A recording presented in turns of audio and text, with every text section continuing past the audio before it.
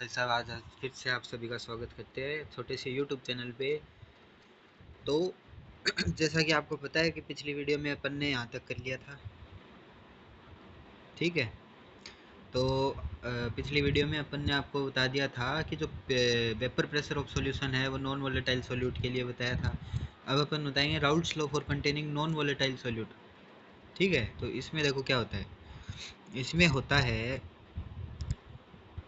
अपने पास एक ही रहेगा कंटेनर जिसमें प्योर सॉल्वेंट ए रहेगा, जिसको अपन एक्स ए से डिनोट करेंगे। ठीक है। फिर एक रहेगा अपने पास N V solute. N V यहाँ पे क्या है पूछोगे तो भैया क्या है यहाँ पे एन वी। एन वी यहाँ पे है non volatile solute, non volatile solute. ठीक है। जिसको अपन रिप्रेजेंट करेंगे एक्स बी से। ठीक है। समझ गए इतना।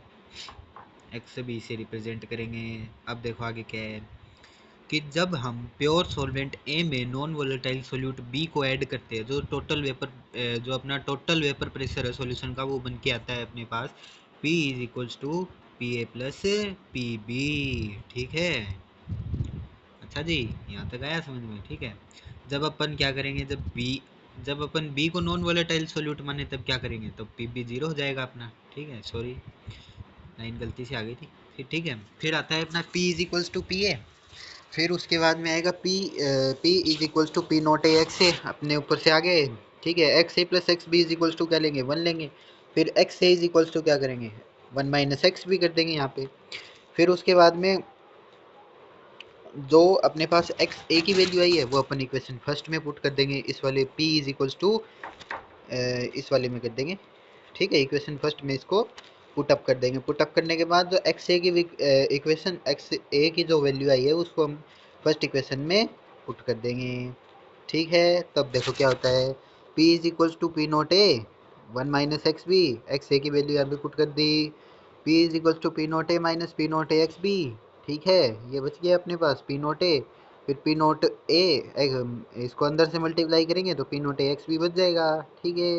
अब देखो पी में से पी में से पी नोट ए को माइनस करते हैं तो अपने पास क्या बचता है, माइनस का पी नोट ए एक्स भी बचता है। ठीक है। तो यहाँ से बचने के बाद क्या होता है कि अपने पास जो इक्वेशन आती है फाइनली वो बन के आती है P note A minus P is equals to P note A X B. ठीक है। ये इक्वेशन आपको ध्यान रखनी है, इम्पोर्टेंट है यहाँ पे। ठीक से बेटा जी, बहुत इम्पोर्टेंट है। ट्वेल्थ क्लास में ये चीज़ें पढ़नी पड़ती हैं। ठीक है। उसके बाद आता है आगे देखो P note A minus P represent क्या करता है, lowering in vapour pressure. Lowering in vapour pressure को रिप्रेजेंट करता है P note A minus P. इसके ऊपर आगे न्यूमेरिकल बनेगा, ज़रूर से बनेगा। ठीक है। ये इक्वेशन आपको याद रखनी है यहाँ पे, P note A minus P upon में पी नोट ए। ठीक है। और is equals to X B. यही वाली तो इक्वेशन है ये। ठीक है। समझे कुछ। फिर देखो क्या आता है, रिलेटिव लोअरिंग वेपर प्रेशर है किसके इक्वल होता है, वो होता है मोल फ्रैक्शन ऑफ सोल्यूट के।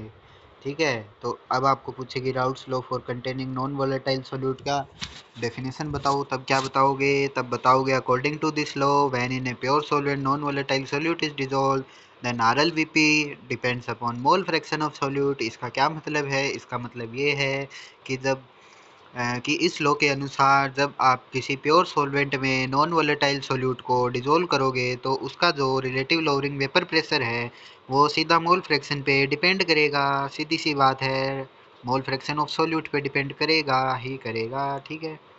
फिर आपकी बात आती है कि जो एक क्वेश्चन जो बहुत बनता है, अक्सर पूछ भी लेते हैं प्री बोर्ड वगैरह में, 2 नंबर का या 1 नंबर का तो पूछ लेते हैं, 1.5 का भी हो सकता है। How Raoult's law become a special case for Henry's law.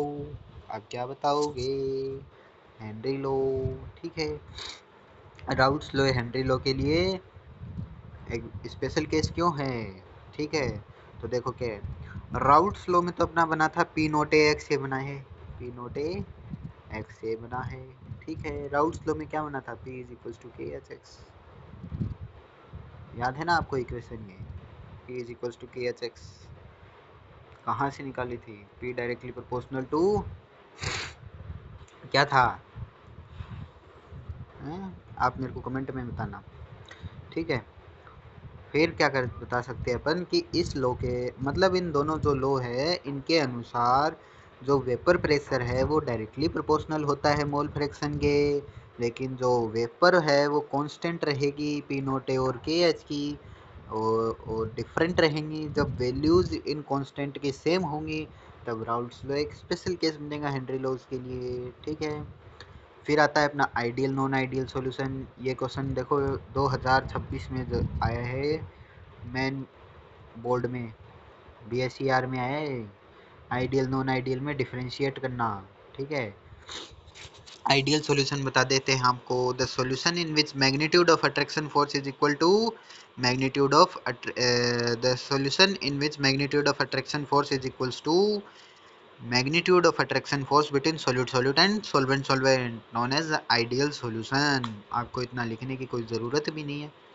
बाकी इसके सिंपल से कैरेक्टर्स मैं आपको बता देता हूँ जो बहुत इजी है, याद भी हो जाएंगे एक बार याद करने से। ठीक है। अभी बता देंगे आपको इसके कैरेक्टरिस्टिक्स ऑफ आइडियल सॉल्यूशन। देखो क्या होती है, सॉरी गलती से निकल गया। कैरेक्टरिस्टिक्स देखो, ideal solution follow Raoult's law. Raoult's law को एवरी कंडीशन में कोई भी कंडीशन हो उसको फॉलो करेगी। जैसे देखो that is P note P A is equals to P note A X A. ठीक है। यहाँ पे भी ऐसे ही P B is equals to P note B X B. ठीक है। हो गया ना यहाँ पे।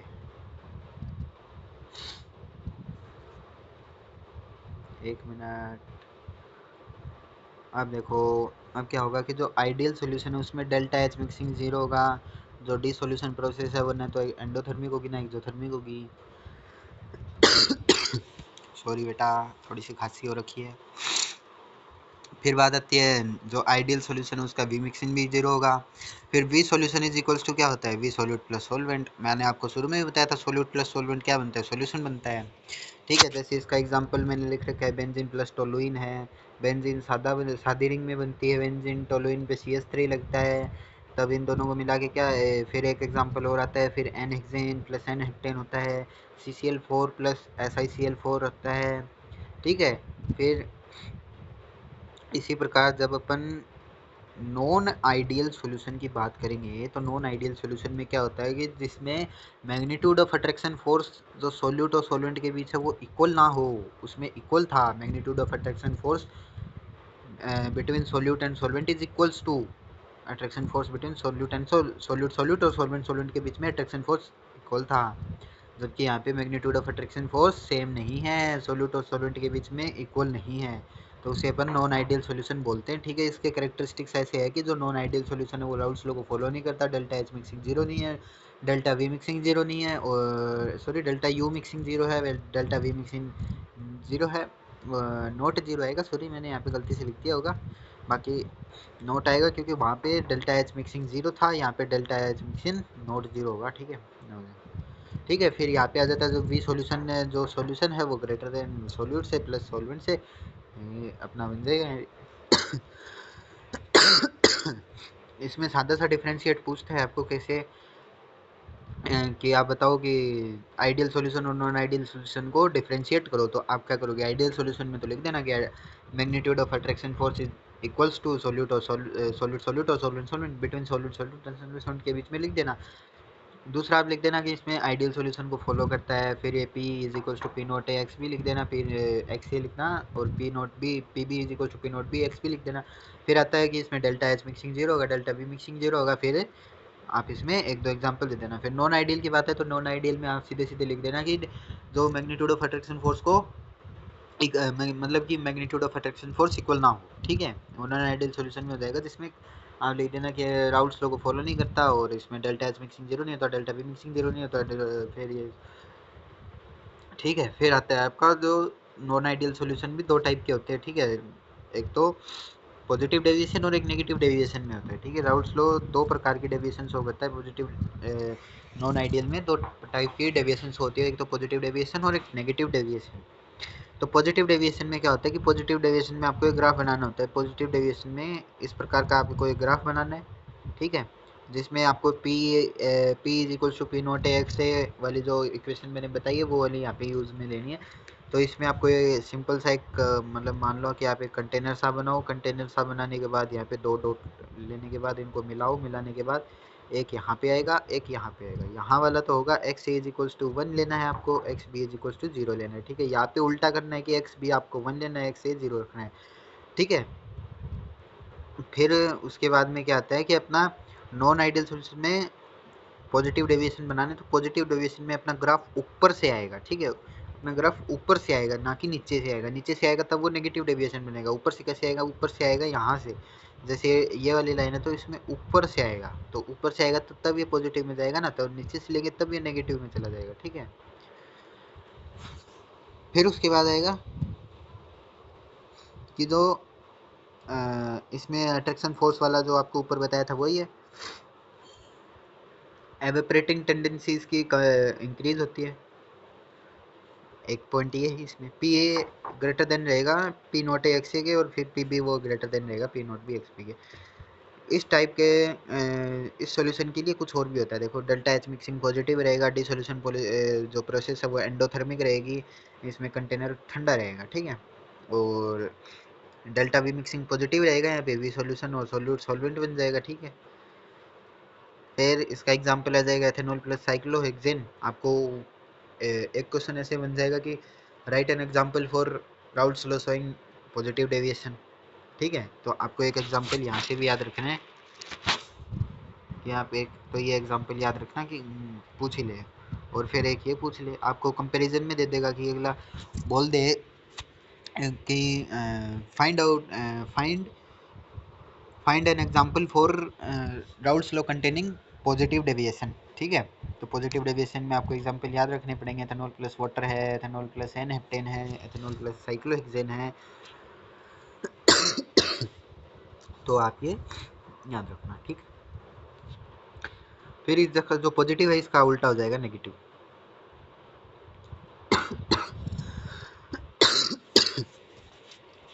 तो नेगेटिव में आपको मैंने बताया था कि ग्राफ में जब लाइन अपने को खींचनी होगी तो ऊपर से जाएगा तब तो पॉजिटिव आएगा, और नीचे से आएगा तब नेगेटिव आएगा। तो अब की बार ग्राफ आ रहा है अपना नेगेटिव, ठीक है। नेगेटिव में सेम वही प्रोसेस करनी है आपको, पी एक्स ए भी वही लेना है, एक्स बी भी वही लेना है, एक्स बी एक्स ए ये सब यही लेने हैं। इसमें मोल फ्रैक्शन के और वेपर प्रेशर का ग्राफ बनेगा, और जो इसमें था तो इसमें भी सेम वही ग्राफ था, ठीक है। तो इसमें आपको नीचे से लाइन लेनी है, मतलब कि नीचे से ग्राफ बनाना है, और उसमें ऊपर से ग्राफ बनाना है, ताकि वो क्योंकि वो जाएगा पॉजिटिव डेविएशन में और ये आपका आ जाएगा नेगेटिव डेविएशन में, ठीक है। और इसमें आपका अट्रैक्शन फोर्स सॉल्यूट और सॉलिड के बीच में वो इक्वल नहीं होता नेगेटिव में।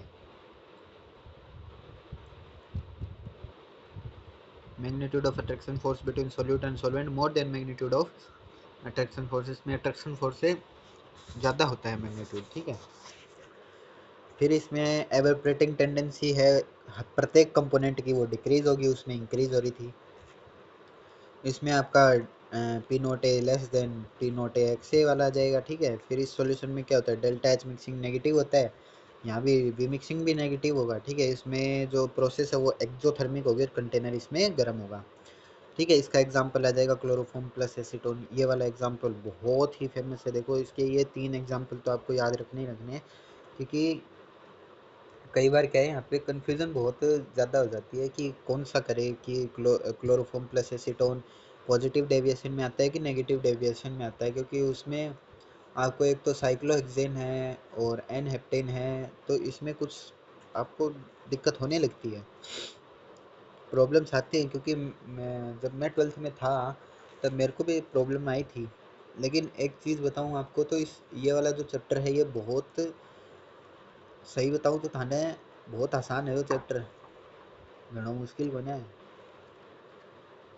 टाबर इन्हें लेके ही बैठा है कि इन्हें मास्टर जी चैप्टर दोरो लागे है, पर दोरो है को नहीं, ठीक है।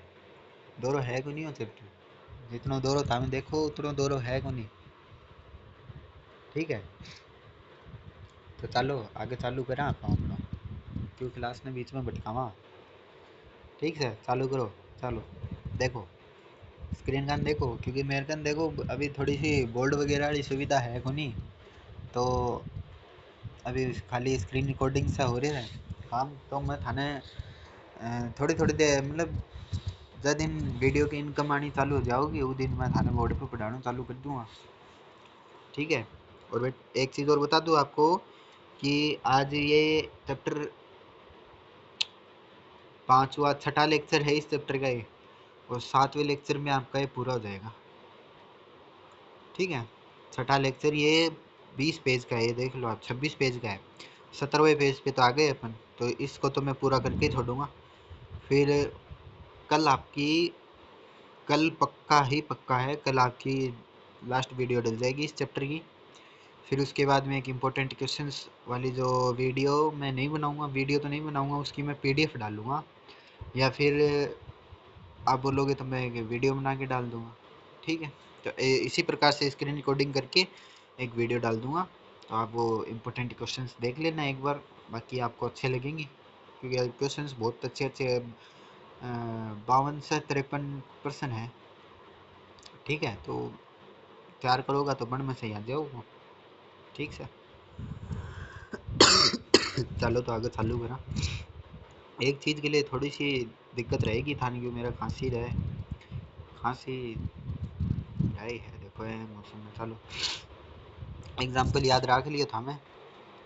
अब बात आओगी एजोट्रोप्स और एजोट्रोपिक मिक्सचर। एजोट्रोप्स और एजोट्रोपिक मिक्सचर क्या होते हैं कि जो बाइनरी मिक्सचर हैं, जो सेम कंपोजिशन से बनते हैं, लिक्विड और वेपर फेज से। कुछ कंपोजिशन होता है लिक्विड फेज का, कुछ कंपोजिशन होता है वेपर फेज का, उसको बोलते हैं एजोट्रोप्स, ठीक है। जैसे कि बोलूँ मैं थाने की जो बाइनरी मिक्सचर हो वो दो चीज़ें, दो कंपोजिशन से बने हैं, चाहे कि थोड़ो तो लिक्विड फेज होएगी मैं थोड़ो सो वेपर फेज होएगो, तो बेन बोलना एजोट्रोपिक या एजोट्रोप्स, ठीक है। वैसे ही इसका उल्टा हो जाएगा एजोट्रोपिक मिक्सचर। देखो क्या बताते हुए आपको, बहुत ही इंटरेस्टिंग चीज़ है इसमें कि जो both the components of azeotropic mixture are boil at same temperature, so we can separate component, so we cannot separate components of azeotropic mixture through fractional distillation. Azeotropes are always formed at a specific composition। देखो क्या बोल रहा है वो, ये बोल रहे है सादी भाषा में बताऊँ थाने, मारवाड़ी में बोल रहे बताऊँ, मारवाड़ी में बोल रहे बताऊँ तो देखो क्या बोल रहे थे वो, ये बोल रहे थे कि जो दोनों जो कंपोनेंट्स हैं, जो ट्रॉपिक मिक्सचर का जो दोनों जो कंपोनेंट्स हैं वे एक ही टेम्परेचर पे बॉईल हो, मतलब एक ही टेम्परेचर पे गर्म हुआ उबाल आवे, ठीक है। तो बनना अपन सेपरेट को नहीं कर सका, जो अलग अलग कंपोनेंट है बनना अपन सेपरेट को नहीं कर सका, तो मैंने एजोट्रोपिक मिक्सचर है वो फ्रैक्शनल डिस्टिलेशन हुआ है, एक फ्रैक्शनल डिस्टिलेशन के थ्रू ही हो सका है, ठीक है। तो उसके बाद में और क्या बता रहे होगे, जो एजोट्रोपिक मिक्सचर है वो एक स्पेसिफिक कंपोजिशन पे ही बने हैं, ठीक है। तो यह बात बोलना चाह रही हो। फिर बात आती है आपकी एजोट्रोपिक मिक्सचर। एजोट्रोप्स भी दो प्रकार के होते हैं, जैसे कि मिनिमम बॉइलिंग एजोट्रोप और मैक्सिमम बॉइलिंग एजोट्रोप्स, ठीक है। मिनिमम बॉइलिंग पे क्या होता है कि जब इसका एजोट्रोपिक मिक्सचर का बॉइलिंग पॉइंट है वो लेस देन हो, मतलब बॉइलिंग पॉइंट उसके एजोट्रोपिक मिक्सचर है वो लेस देन हो बॉइलिंग पॉइंट से, मतलब कि पानी का जैसे बॉइलिंग पॉइंट लेवे तो 100 डिग्री होता है, तो 100 डिग्री से कम हो इसका, ठीक है। इसको बोलते हैं मिनिमम बॉइलिंग एजोट्रोप्स। तो थाना सादी भाषा में जो बताऊँ कि सादी भाषा में बोले तो मारवाड़ी भाषा में, क्योंकि मैं अब देखो थोड़ा सा पैटर्न चेंज कर रहा हूँ अभी, आधी हिंदी में बता दी हूँ, कई टाबरा का नहीं समझ में भी आवा है तो मैं मारवाड़ी में भी बता दी हूँ, ठीक है। दोनों चीज़ बता दी हूँ।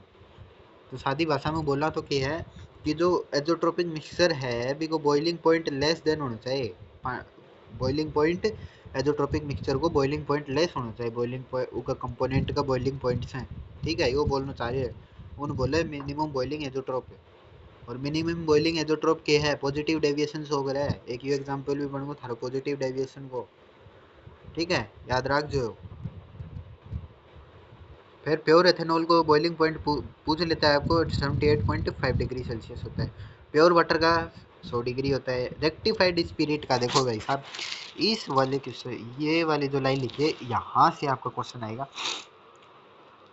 Rectified ethanol and water are separated by separated by which, ठीक है, सेपरेटेड बाय भी आ जाएगा, ठीक है। तो सेपरेटेड बाय विच प्रोसेस भी आ जाएगा, ठीक है। तो आपको उसमें बनना है रेक्टिफाइड स्पिरिट।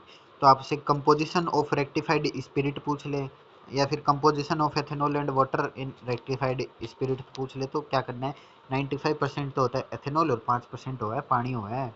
जब वो बॉइलिंग पॉइंट हुआ है 78.5 डिग्री सेल्सियस हुआ है, यानी 78.5 डिग्री सेल्सियस हुए है।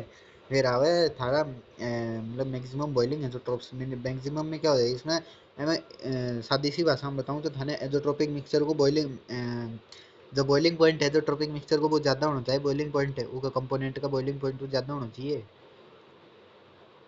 ठीक है। तो उन्हें बोलना है मैक्सिमम बॉइलिंग एंजोट्रोप बोलना है, और ये नेगेटिव डेविएशन को एक एग्जांपल है जो कि राउट्स लॉ से है, तो ये याद रखिए। एक देखो नेगेटिव डेविएशन में भी आगो ने एक।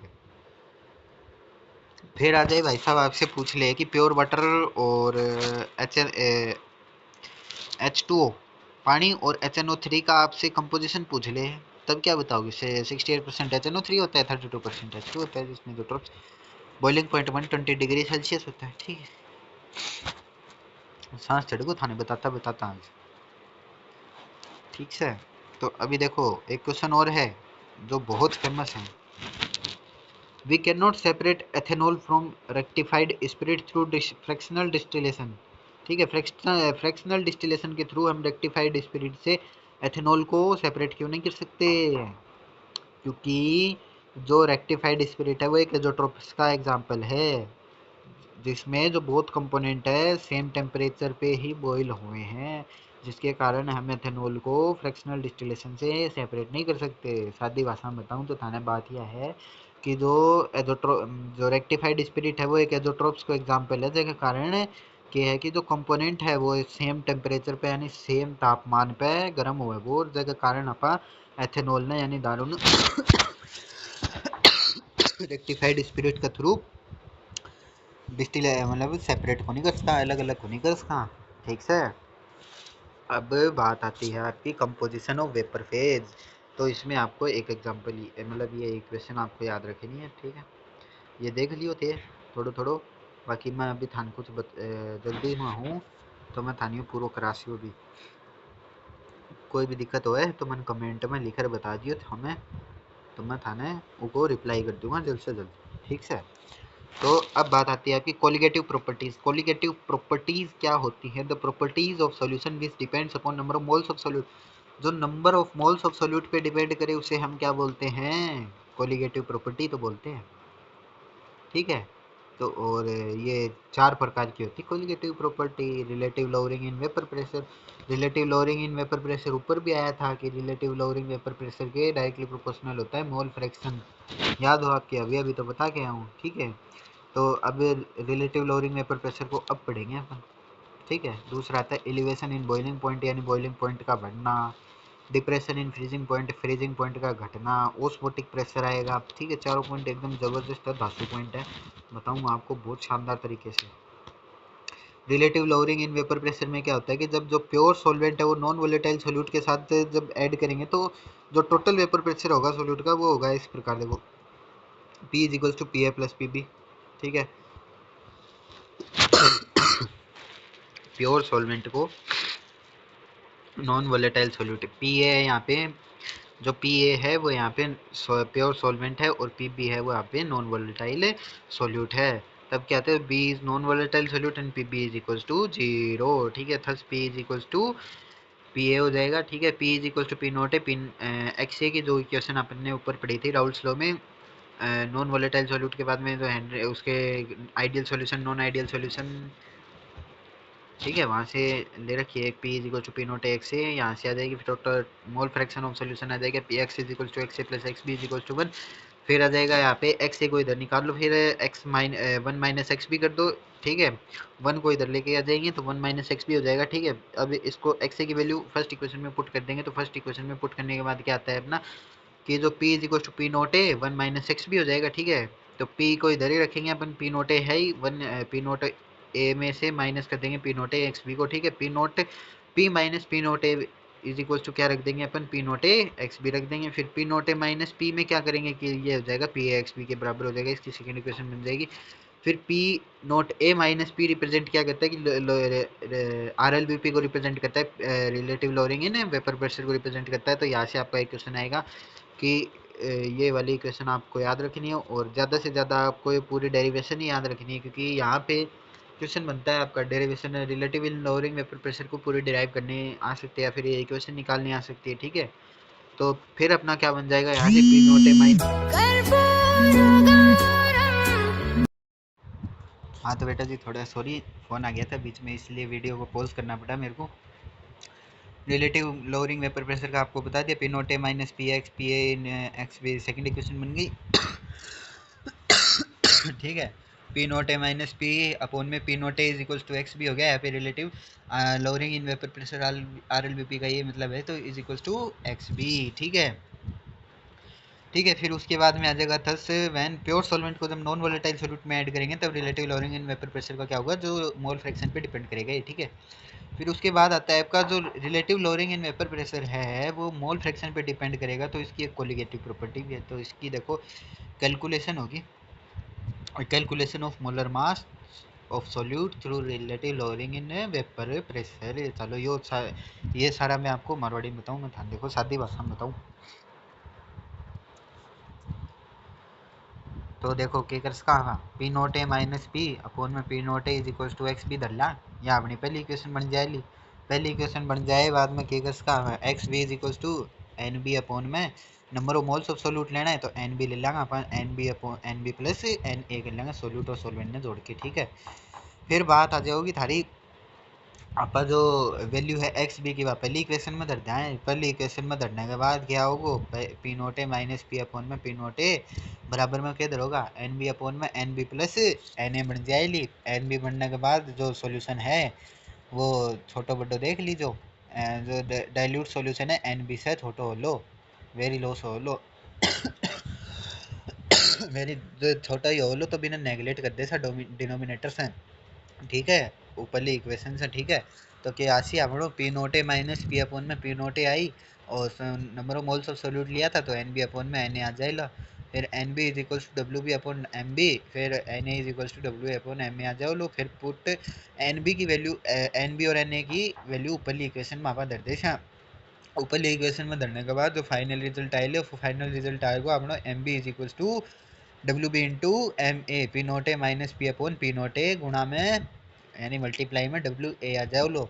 तो डब्ल्यू बी को उरा के मतलब है, उरा डब्ल्यू बी को मतलब है कि मास ऑफ सोल्यूट और एम बी को मतलब है molar mass of solute, W A को मतलब है मास ऑफ सोलवेंट और डब्ल्यू एम ए को मतलब है मोलर मास ऑफ सोलवेंट। ठीक है, थोड़ा सा पेज और बच रही हो पढ़ लियो थोड़ा सा और, आधे घंटे की वीडियो जाए लिया तो बढ़ी जाओगी। ठीक है, देख लियो एलिवेशन इन बॉइलिंग पॉइंट में बॉइलिंग पॉइंट को देखो आप जो टेम्परेचर ये भी मैं थान पूरा मारवाड़ी में बता दीशू कितना पेज तक 23 पेज तक मैं थान मारवाड़ी में बता दूँ, बाद में हिंदी में चालू कर दे। जो ये सीधी सीधी भाषा में लिख रखा है कि जो टेम्परेचर है the temperature at which vapour pressure of liquid becomes equal to atmospheric pressure, यो लिख रखा है कि जो टेम्परेचर है वो यो तो क्या लिख रहा है मैं ही लिख रखा है वो।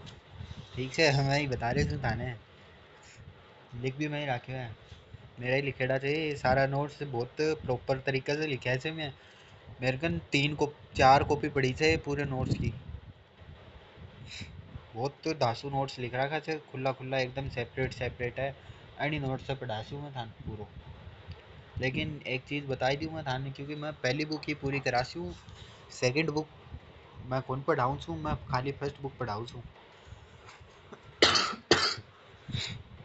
और ज़्यादा दूर को नहीं मैं झूझणू साइड को ही छूँ। द टेम्परेचर है यो बोल रहे हो कि जो टेम्परेचर है वेपर प्रेशर को लिक्विड को वेपर प्रेशर ऑफ लिक्विड को जो वो इक्वल आओगे एटमॉस्फेरिक प्रेशर का। ठीक है, तो बेन बोल एक एटीएम का बराबर है, तो बेन बोलना आपका बॉइलिंग पॉइंट। ठीक है, तो क्या होगा जो प्योर सॉल्वेंट जो नॉन वोलेटाइल सॉल्यूट में ऐड करे जावे तो जो बॉइलिंग पॉइंट है वो बढ़े है। ठीक है, बढ़े है वो और जो सॉल्यूशन है वो नॉन वोलेटाइल सॉल्यूट है, more value of boiling point ज़्यादा बॉइलिंग पॉइंट होवे से जगह कंपेयर में प्योर सॉल्वेंट के कंपेयर में होवे से। ठीक है, और बाकी थामियों पढ़ लियो, मैं ग्राफ बता दूँ था ग्राफ में क्या हुआ है। ग्राफ में हुआ है कि जैसे कि आपनो वेपर प्रेशर और टेम्परेचर के बीच में ग्राफ बनाना आवे, ठीक है, क्योंकि उरे ही सबसे ज़्यादा दिक्कत आवे टाबरन की गुरुजी बनावा कया बनावा के कराए मास्टर जी पेपर में ही आगो फलानो आगो धिमकानो आगो, तो वो कई टाबर कन्फ्यूजन में आ जाए। वेपर प्रेशर और टेम्परेचर के बीच में थाने बनानो से, ठीक है। वेपर प्रेशर में क्या वेपर प्रेशर बढ़े एक कांस्टेंट टाइम पर कांस्टेंट तक ले लियो, फिर प्योर सॉल्वेंट के हो नीचे आ रहे तो नीचे से ऊपर जा रहे तो कि ऊपर से नीचे आ रहे तो ऊपर से नीचे आ रहे तो नीचे करते से सॉल्यूशन भी नीचे आ रहे तो फिर ये के बराबर में देख तो ये के बराबर में आसी डेल्टा टी बी और टी बी, ठीक है। टी नोट बी के है टी नोट बी है boiling point of solvent pure solvent को, टी बी के बॉइलिंग पॉइंट ऑफ सॉल्यूशन को, T B minus T naught B के हो जाए एलिवेशन इन बॉइलिंग पॉइंट का। बस इतनी सी बात तो था नहीं याद रखनी है, बताऊँ ज़्यादा की याद रखोगा थे जो भी थे हम पढ़ लिए थोड़े so. Elevation in boiling point है वो delta T B directly proportional लगेगा मोलैलिटी का और मोलैलिटी का ही है, तो T B proportional to M और delta T B is equal to K B dot M, ठीक है। के बी रखे है मोलर एलिवेशन कांस्टेंट है, यानी इवोल्यूस्कोपिक कांस्टेंट भी बोल रहे हैं, तो थाने कोई पूछ ले कि इवोल्यूस्कोपिक कांस्टेंट क्या हो तो वो के बी होगा, ठीक है। और m इज इक्वल्स टू 1 है तो delta T B is equals to K B, ठीक है। Molality of solution is 1, that is 1 mole of solute is dissolved in 1 kg of solvent, then elevation in boiling point known as molar elevation constant और ebullioscopic constant, ठीक है। तो unit है कि क्या है के बी हुआ है, तो थाने कोई पूछ ले इवोल्यूस्कोपिक कांस्टेंट क्या है डेफिनेशन आवेगी कि एक नंबर में डेफिनेशन पूछ ले तो क्या बताओगा था मैं कि जो 1 मोल ऑफ सोल्यूट है वो डिजोल्व हो गए 1 kg सॉल्वेंट में और elevation in then elevation in boiling point is known as molar elevation constant और इवोल्यूस्कोपिक को दूसरा नाम मोलर एलिवेशन कांस्टेंट भी है, यो भी ध्यान रखियो, दो नाम से पूछ ले कदे कदे। फिर यूनिट पूछ ले कि के बी फ्रो इक्वेशन फर्स्ट से देखो कि डेरिवेशन काट देंगे तो के बी इज इक्वल टू क्या है delta T B upon M, K B is equal kelvin K G mole inverse, तो ये यूनिट याद रखियो, एक तो kelvin K G mole inverse क्या की यूनिट है सीधो सीधो पूछ ले था ना यूनिट ऑफ इवोल्यूस्कोपिक कांस्टेंट, तो के बी इज इक्वल टू क्या है kelvin K G mole inverse याद रखियो, ठीक है।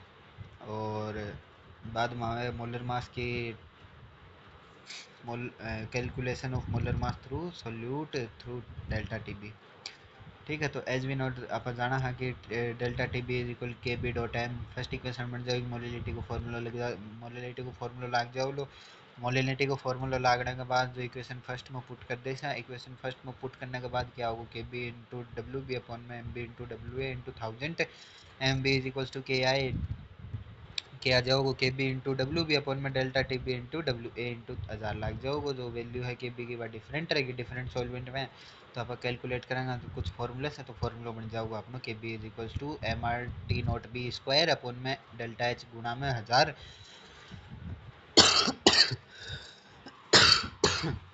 ठीक से। एम को क्या मतलब है molar mass of solvent, R को क्या मतलब है gas constant, T naught B को क्या मतलब है बॉइलिंग पॉइंट ऑफ सॉल्वेंट और डेल्टा एच यानी वेपर प्रेशर को क्या है एंथैल्पी ऑफ वेपरेशन, ठीक है। एक एक क्वेश्चन देख लीजिए था मैं था 3-4 क्वेश्चन दिखाऊं मैं तुम घर ट्राई कर देखियो समझ में आ जाए था, ठीक है। और धन्यवाद, आज को वीडियो देखो पूरा ही पूरा होगा, लास्ट में थान क्वेश्चन करा इतना सारा जो करा रही हूँ तो थामी वो पूरा बढ़िया तरीके से पढ़ो, और थाने वीडियो बढ़िया लगे तो लाइक करो शेयर करो सब्सक्राइब करो, और देखो अपना छोटो सो चैनल है वहाँ पर छोटे लेवल से छोटी छोटी सीढ़ी से लेके बड़ी बड़ी सीढ़ी तक जाएंगे वो लिख रहे एक पैर से खाली एक ही सीढ़ी पे चढ़ जाओ है, एक बार में एक ही सीढ़ी पे चढ़ जाओ है न्यू तो को नहीं कि 4-5 सीढ़ी पे चढ़ जाओगा थे सीधा ही, तो एक एक सीढ़ी से चढ़ो एक एक सीढ़ी से शुरुआत करो, ठीक है। तो धन्यवाद, आज को वीडियो उधर तक ही है और कल थाने पूरा वीडियो मिल जाओगे लास्ट, कल ही चैप्टर में कोई भी हालत में सल्टा के छोड़ दे बिल्कुल ही टेंशन मतलब कल है चैप्टर में पूरा कर दे कोई भी हालत में, ठीक है। और मैं थाने पूरी बुक कराए बाद में न्यू भी बता दूंगा कि मैं कटेगो हूँ देखो ना, मैं थाने मेरा फेस रिवील भी कर दूंगा, फेस हूँ भी पढ़ा दूंगा, ठीक है। तो बोर्ड पे भी पढ़ाना मैं चालू कर दूंगा, लेकिन एक बार मैं स्क्रीन रिकॉर्डिंग से काम चला रहा हूँ तो इतना होते पढ़ लियो, ठीक है। धन्यवाद, और बढ़िया लगे तो चैनल ने सब्सक्राइब करियो, ज़्यादा से ज़्यादा शेयर करियो।